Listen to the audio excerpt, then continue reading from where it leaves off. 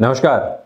क्या कहता है मीन राशि वाले जातकों का राशिफल 1 अप्रैल से 30 अप्रैल के मध्यकाल में ग्रह गोचरीय व्यवस्थाएं किस तरह से परिवर्तित होकर जीवन के विभिन्न क्षेत्रों के ऊपर अपने फलों को रिफ्लेक्स करने वाली होगी, इसकी संपूर्ण चर्चा जानकारी लेकर मैं आप सभी के समक्ष यहां उपस्थित हूं। यहां देखिए, आपके राशि स्थान में प्रतीकात्मक तौर पे हमने चंद्रमा विराजित करके दिखा रखे हैं, क्योंकि इनकी गति को परिवर्तित करके बार बार दिखाना हमारे लिए संभव नहीं है। इसलिए सिंबॉलिक अप्रोच के ऊपर चंद्रमा यहीं विराजित। और वहीं अगर सूर्य की बात करें तो 1 अप्रैल से 14 अप्रैल के मध्य दिनकर अपनी पोजीशंस को मीन राशि में रखेंगे और उसके बाद में अपनी चाल को परिवर्तित करके, यानी कि संक्रांति क्रम को परिवर्तित करके 1 महीने के लिए उच्चस्थ स्थितियों में चले जाएंगे।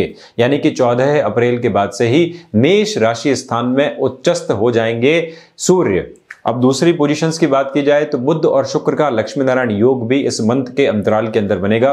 बुध जहां 11 अप्रैल के बाद में यहां इन स्थितियों के अंदर नीचस्थ रहेंगे, वहीं अगर शुक्र की बात की जाए तो शुक्र उच्चस्थ स्थितियों का निर्माण यहां पर करने वाले होंगे। राहु और केतु ने 7 मार्च को अपने ट्रांजेक्शन फेज को शुरू किया है, रेट्रोगेट चलते हैं। तो आप देखिए इस पोजीशन के अंदर केतु जहां पर उच्चस्थ होकर दशम स्थान में विराजित, वहीं राहु चतुर्थ स्थान के अंदर विराजित हैं। एक पोजीशन तो ये रही। हृदय स्थान कालपुरुष की कुंडली के हिसाब से राशि संचरण काल में राहु विराजित रहेंगे। वहीं अगर आप केतु की बात करते हैं तो कर्म स्थान के अंदर जहां पर शनि 7 में विराजित है और मैच्योर डिग्री के 7 में है, वहीं 29 मार्च से 23 अप्रैल के मध्यकाल के अंदर देवगुरु बृहस्पति अतिचारी होकर अपने राशि स्थान में दशम स्थान के अंदर विराजित होने का कार्य कर जाएंगे। तो सर्वप्रथम इस चर्चा की शुरुआत करते हैं नौकरी पेशा लोगों के हिसाब से। आपके लिए 1 अप्रैल से 23 अप्रैल के मध्य का समय जॉब चेंजेस के हिसाब से बहुत शानदार कहा जा सकता है। इस बिटवीन, इस मध्य समय के अंदर, इन 24 दिनों के अंदर, 23 दिनों के अंदर अगर आप जॉब चेंजेस के लिए जाते हैं तो आपके लिए शानदार रिजल्ट आगे निकल कर सामने आएंगे। ये डिसीजन आपको पछताने का, रिग्रेट करने का मौका नहीं देगा। यहां पर जो भी अपॉर्चुनिटी निकल कर आएगी कर्म के सिद्धांत के अनुसार वो बड़ी ही शानदार रिजल्ट देने वाली होगी। क्योंकि आप देखिए कि दशम स्थान के अंदर धीमी चाल वाले अधिपति ग्रह जब भी शनि विराजित होते हैं तो कर्म को बढ़ावा देते हैं। केतु जल्दबाजी देने वाले ग्रह साथ ही साथ में कुंजवत फल करते हैं। पराक्रमी ग्रह जो मंगल हैं उनके अनुसार फल करने वाले होते हैं। ये रिजल्ट्स के अंदर और तीव्रता देते हुए दिखाई देंगे। और साथ ही साथ में आप देखें तो बृहस्पति यहां मंगल के राशि स्थान से निकले और कर्म स्थान में जब विराजित हो जाएंगे तो कर्म में सुखों से वृद्धि होगी, धन में वृद्धि 5वीं दृष्टि से पूरे तरीके से होगी।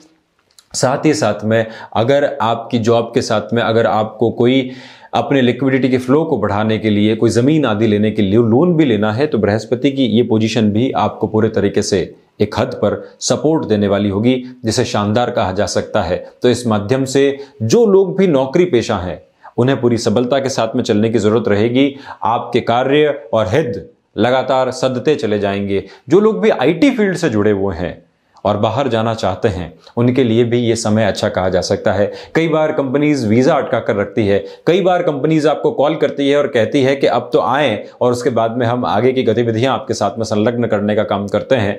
उस पोजीशन के अंदर भी आपको बाहर जाने का मौका इन 23 से 24 दिनों के अंदर पूरे तरीके से मिल सकता है।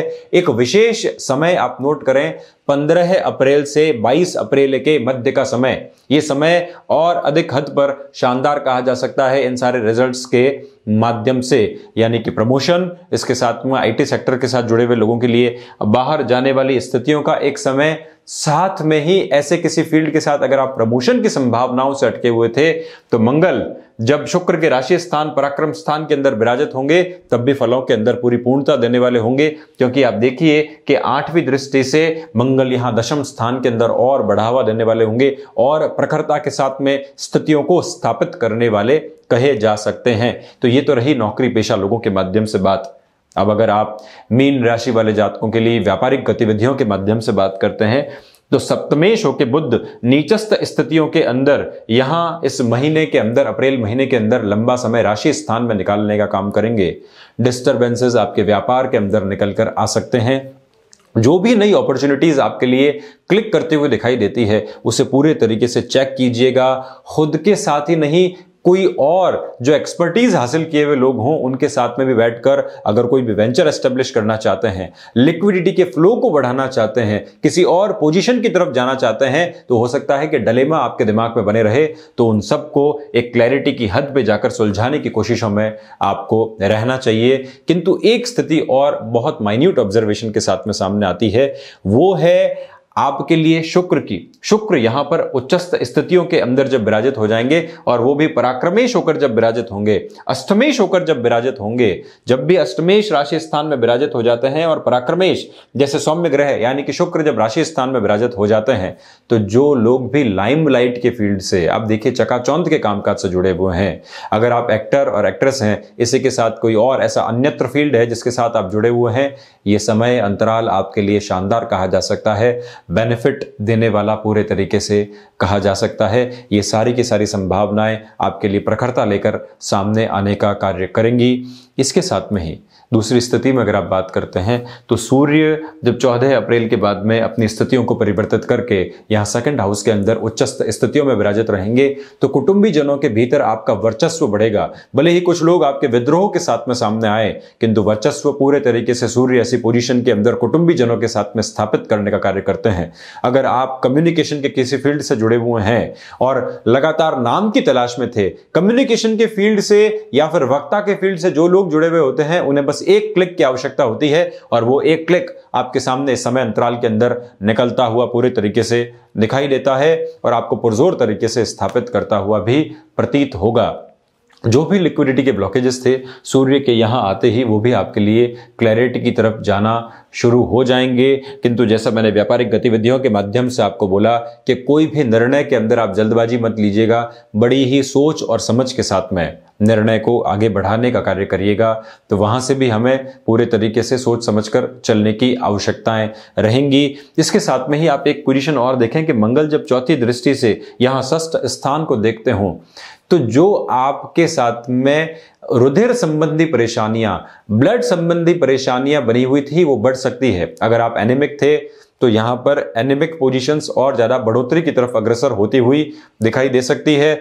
साथ ही साथ में अस्थि संबंधित रोगों से भी अगर आप परेशान थे, अगर आपको एक्ने प्रॉब्लम, फोड़े फुंसियों की जो प्रॉब्लम है, वो लंबे समय से हार्पिस जैसा रोग अगर आपको सता रहा था, तो वो फिर से अपने दर्द के साथ में उभरने का कार्य कर सकता है। यहां जब बृहस्पति इन 24 दिनों के लिए देखेंगे, तो आप देखिए कि जो भी लोन संबंधित स्थितियां हैं बड़ी आसानी के साथ में क्लियर होंगी।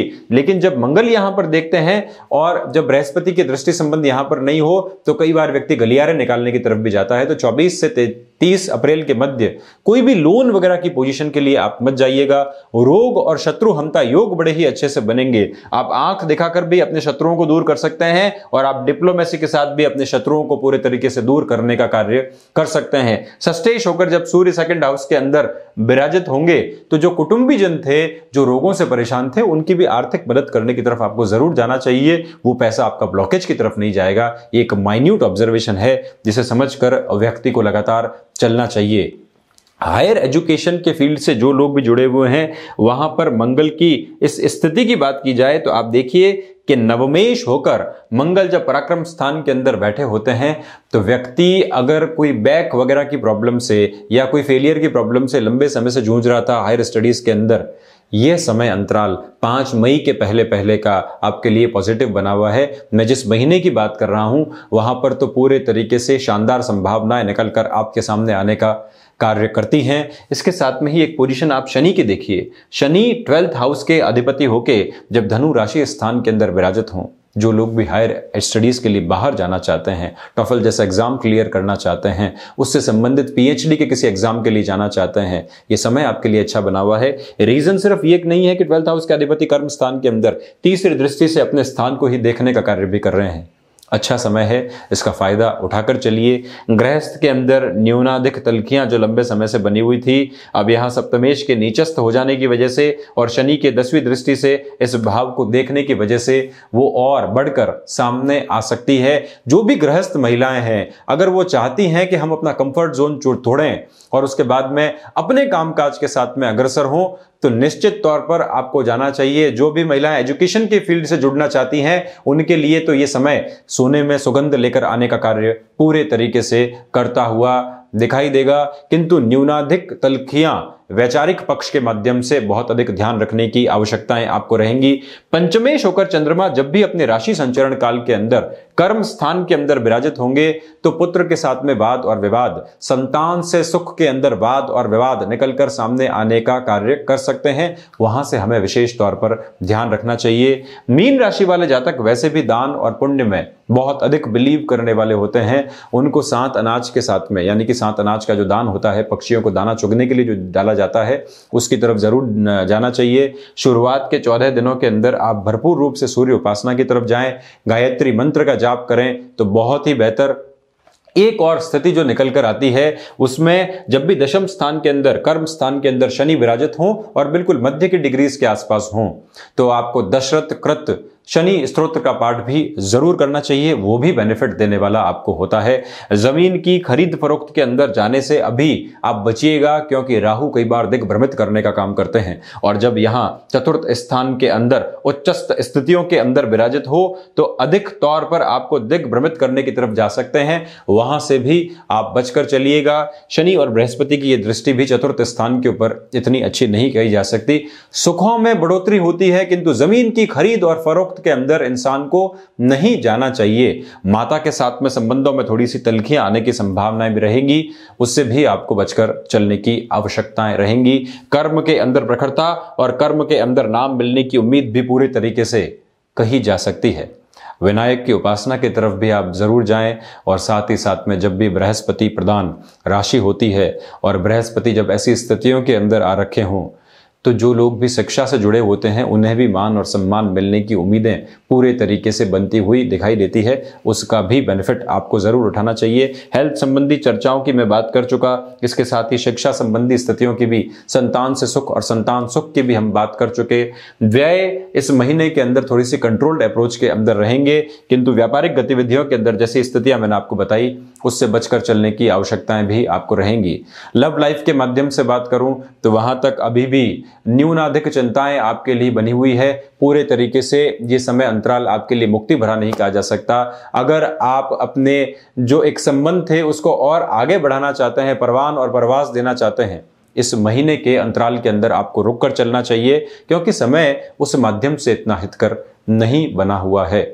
समय की सारी गुंजाइशों को अपने साथ में आप ध्यान रखें। ये समय बहुमूल्य है और ये मीन राशि वाले जातकों के लिए बड़ा ही अच्छा कहा जा सकता है, बेनिफिट देने वाला कहा जा सकता है। तो इस माध्यम से प्रगतिशील रहें। मैं लगातार निरंतर इसी तरह आपके साथ में प्रत्येक कदम पर बना रहूंगा। हौसले व्यक्ति के भीतर जब एक फसल के रूप में उपजने लगते हैं, यानी कि खुद के भीतर हौसलों की फसल जब निपुणता के साथ में सामने आने लगती है, तो कर्म कहीं भी रुकते नहीं। व्यक्ति अगर कर्म योगी बन के, अगर पैसे की कैलकुलेशन भुला के, भौतिकतावादी मटेरियलिस्टिक लाइफ की सारी कैलकुलेशंस को भुला के उस परम सत्ता के साथ में अपना कनेक्शन एस्टेब्लिश करके चलता चला जाए, तो दुनिया की कोई भी ताकत, कोई भी विपरीत परिस्थिति उसे हरा नहीं सकती। ये ग्रहीय व्यवस्थाएं कई बार संघर्ष लेकर आती हैं, लेकिन संघर्ष प्रत्येक दिन खुद के साथ हर्ष लेकर आता है, और वही जिंदगी का सबसे महत्वपूर्ण परवाज है।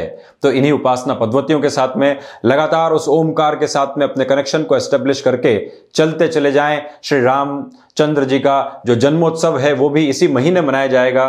पूर्णता के साथ में, उल्लास के साथ में उस जो है परम सत्ता को खुद के भीतर आत्मसात करें और लगातार बढ़ते चले जाएं। रामचरितमानस का पाठ जरूर करें, साथ ही साथ में सुंदरकांड जो कि अद्भुत विजय की प्रतीक है उसके साथ भी बढ़ते चले जाएं। मैं लगातार इसी तरह आप सभी के साथ जुड़ा रहूंगा। तब तक के लिए बहुत बहुत धन्यवाद।